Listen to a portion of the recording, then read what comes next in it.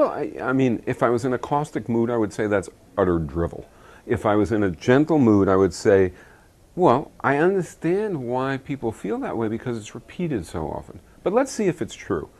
What is it? What can we give an example of something that it is true of? Well, you breathe, right? Now that's a function of a natural law. It's a biological function. And in fact, if I said to you, violate that law, you can't do it without killing yourself, right? So it's a powerful law.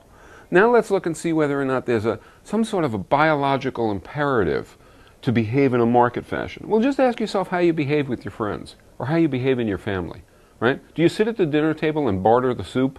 Do you sit at the dinner table and decide whether or not the young child is going to get soup by whether or not they have enough money in their pocket to have the soup? Do you determine the relative value of things in the family by competing for them? Of course not. There's no drive to do that. The drive to do that exists in society is created by the fact that we live in a market system. It's not that the drive is inside us and creates the market system. It's that the market system imposes an environment in which to behave any other way is to lose. So of course we behave that way. So you can think to yourself that it looks like it's coming from us. It looks like it's a law of nature. After all, it's in my personality. It's in my behavior. That's true.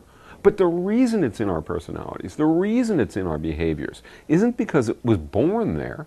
It's because we live in a context. And historically, it's also true that, you know, the emergence of capitalist markets was a gigantic struggle, a gigantic imposition against the natural inclination of people to behave in a much more collective and social fashion. So at some level, everybody knows this. At some level, everybody understands it. But as you say, they think of it like aging. They think of it like the wind. They think of it as something inevitable. And so they feel like, yeah, I know it, but I don't want to wallow in it. I don't want to compete in it. In fact, I'd rather hide from it because it's so miserable. And there's nothing you can do about it. Well, the fact is there is something you can do about it. You can change it. I mean, we can actually live under a different system. Just imagine somebody saying under cannibalism or under slavery or under dictatorship, well, there's nothing you can do about it. Well, they'd be wrong. There is something you can do about it. You can get beyond these archaic systems and move closer and closer to fulfilling human capacities. And that's what we need to do.